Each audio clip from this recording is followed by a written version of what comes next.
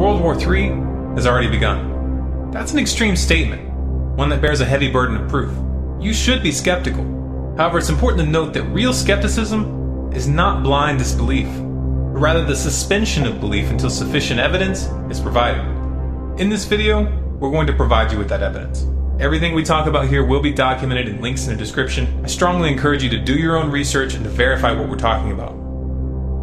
Let's start with the definition of a world war. World War I and World War II weren't named as such because they involved every single country on the planet, but rather because these conflicts drew in the most powerful nations and were spread out over a large geographical area.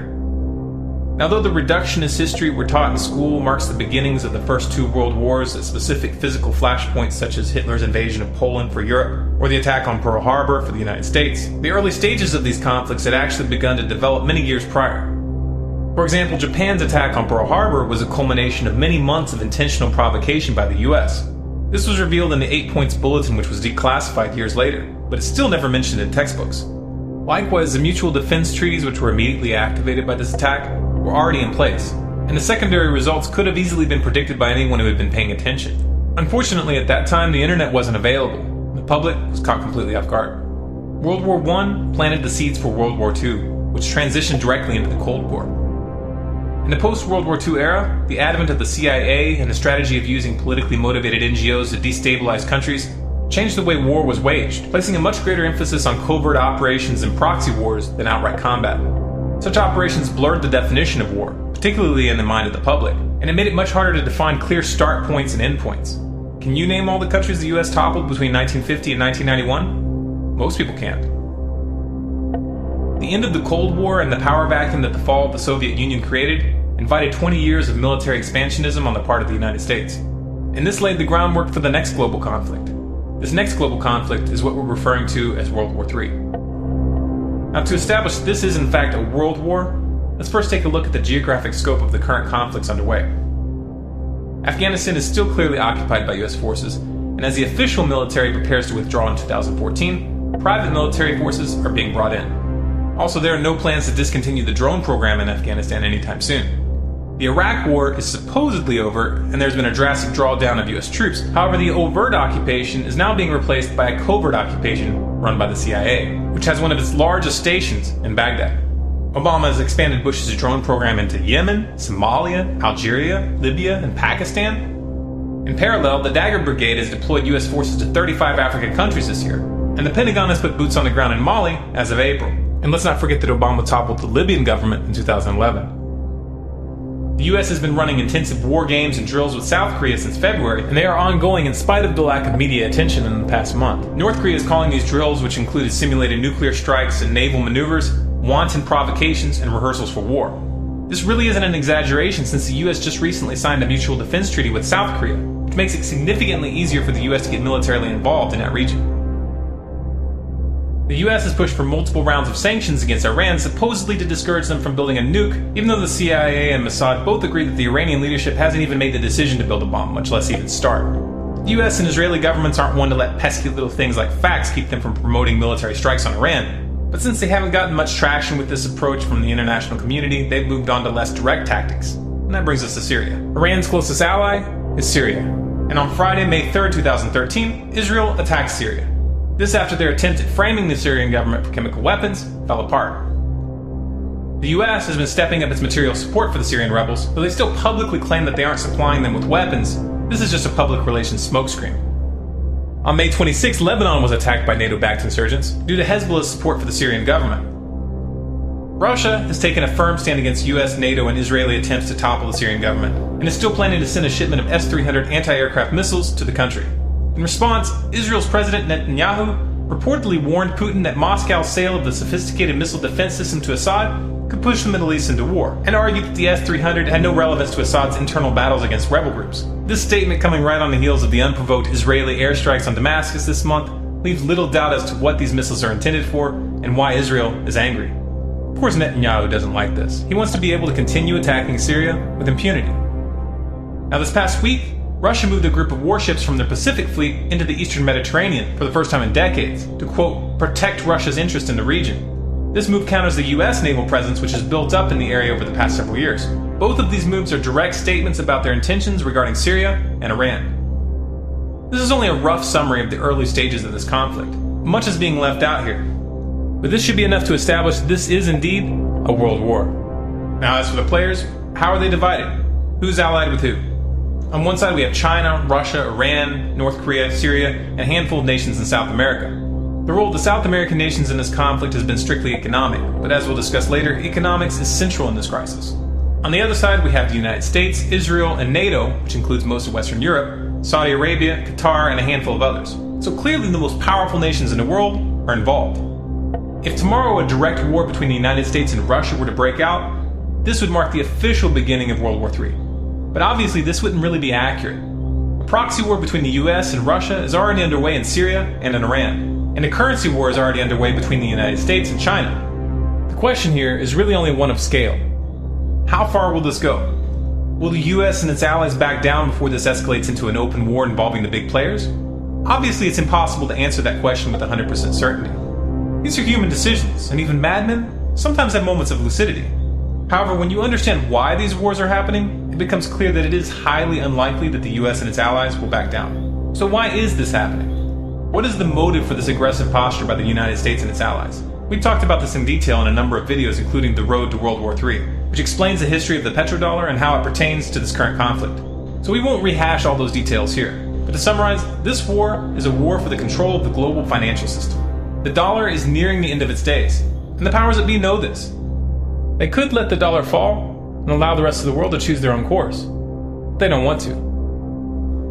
The powers that be would much rather take a gamble and stake it all in an attempt to control the currency that will replace the dollar. If they have it their way, this new currency will be a truly global currency.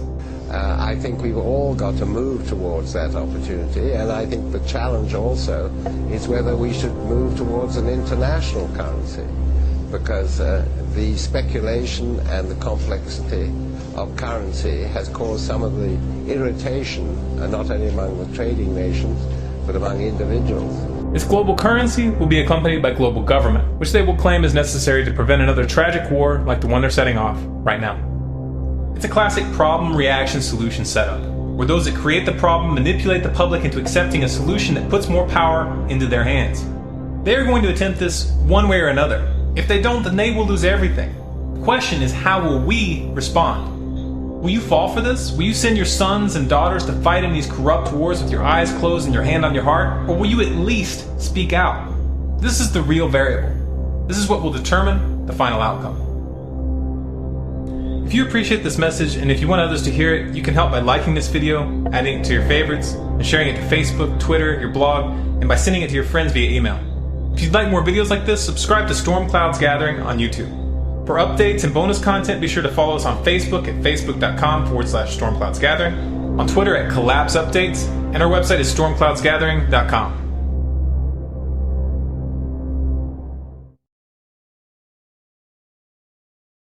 All right, reports of North Korea now. Nuclear threats out of North Korea targeting the U.S., saying it has placed long-range missiles into combat mode aimed at numerous Western targets. Ambassador John Bolton, former U.S. ambassador to the UN, Fox News contributor with me now. And, sir, good morning to you. More words or more than that? Well, I think the threat to use missiles against targets in the United States like Alaska, Hawaii, or bases like in Guam or Okinawa is probably remote as of this moment. But make no mistake, the North Koreans are getting closer to making those threats a reality, and their ability to hit closer targets in Japan or South Korea can't be dismissed. I think the most immediate concern is that with all this belligerent talk, there is a risk of North Korea taking some provocative action, sinking a South Korean ship as they did a little over a year ago, or doing something that could get us very quickly into a larger confrontation. This is a very dangerous regime. It is not rational in our terms, and even though their more extravagant threats are not realistic, you have to take this kind of thing seriously. Let me pick up on the point you make, because they have threatened in the past and they have acted on those threats, especially when it comes to their South Korean neighbor down here across the 38th parallel, Japan off to the east. But specifically for Western targets, American targets, they've talked about Guam, they've talked about Hawaii, they've talked about certain Western American cities that we can show you on the map here in just a moment once it pulls up here. You know, whether you apply truth to this or not, Mr. Ambassador, It is fair to say that they cannot take a nuclear warhead and put it on a rocket, but they can take a long-range rocket and perhaps, aim at Anchorage or Seattle, or more likely out here, Honolulu, Hawaii, or Guam. Is that the more likely scenario when it comes to the United States? Well, I think that is possible now. Now, people say, well, why would they do anything so foolish? The United States would retaliate overwhelmingly. It would be a disastrous mistake for South Korea to do it. That's only if you think North Korea's leadership is just as rational as we are. It's called mirror imaging. It's a real problem at the State Department. You're a reasonable guy. You think the people on the other side of the negotiating table are reasonable? Not necessarily. And it's the kind of Hitler in the bunker mentality that has pervaded the North Korean leadership's thinking over the years that really should worry us. It shows why the continuation of the regime itself in North Korea is a problem that we need to be addressing really just as much as the nuclear capability they're seeking. And we've addressed this, too, just in the past 10 days or so. I mean, this is a long-range missile, animation here behind us here from North Korea. If that were to launch, we have just taken more anti-missile batteries and moved them now to the West Coast. Initially, they had been planned. They were canceled by the current administration, and now they have reversed course. Would that serve logic in order to prevent a possible hit on the western part of the U.S.? Well, I think we should have done it. We should have deployed these missiles in 2009 when they were originally scheduled, and although there was great fanfare for that announcement, they won't actually be deployed until 2017. But it's intended to protect innocent American populations against this kind of threat from rogue states. It's why we need a much more robust national missile defense capability than the Obama administration's planning, and we need, as our military has done, overflying North Korea recently, to have the capability to respond, to try to deter this irrational regime. But it's not a place we should want to be. I think our objective here should be the elimination of the North Korean regime, the peaceful reunification of the peninsula. We've said that's our policy since 1945. We need to act on it. One more point here. They shelled an island 3 years ago, killed 4 people. They're responsible for killing 46 sailors when they sank a South Korean naval ship. But back to your first answer, you believe that action is more likely, if any, at this time? Yeah, in both those cases, the South Korean government, even though it was under a relatively conservative president at the time, took no retaliatory action. Opinion in South Korea was very negative on the lack of retaliation. So you've got a newly elected president in South Korea now. If there's another incident like that, killing South Korean military personnel or civilians, I think the pressure for retaliation would be high. And that's how a miscalculation on North Korea's part could get us into something very, very serious with American troops there on the peninsula. Thank you, sir. John Bolton. Mr. Ambassador from Washington. The North Korean video shows the White House in the crosshairs, the U.S. Capitol blowing up. The latest messages posted by the North Korean government online, a further sign of what the U.S. worries is an increasingly unpredictable Kim Jong-un, the North Korean leader who threatens war with the United States and South Korea. On CNN's The Lead, the president's chief of staff told Jake Tapper the U.S. will be ready for any provocation. Obviously, the kind of antics and the kind of language that we've heard from them, to include what you've just shown on your show here, are the kinds of actions that don't connote strength, but rather connote some kind of weakness and frankly outlandish behavior. Even before this video, the U.S. intelligence community had a grim outlook. The rhetoric, while it is propaganda-laced, is also an indicator of their attitude and perhaps their intent. So for my part, I am very concerned about what they might do. The latest video is full of images of the North Korean military. The announcer says the fuse of nuclear war is slowly burning. The fuse of nuclear war is slowly burning. And that there will be, quote, no warning of North Korean plans.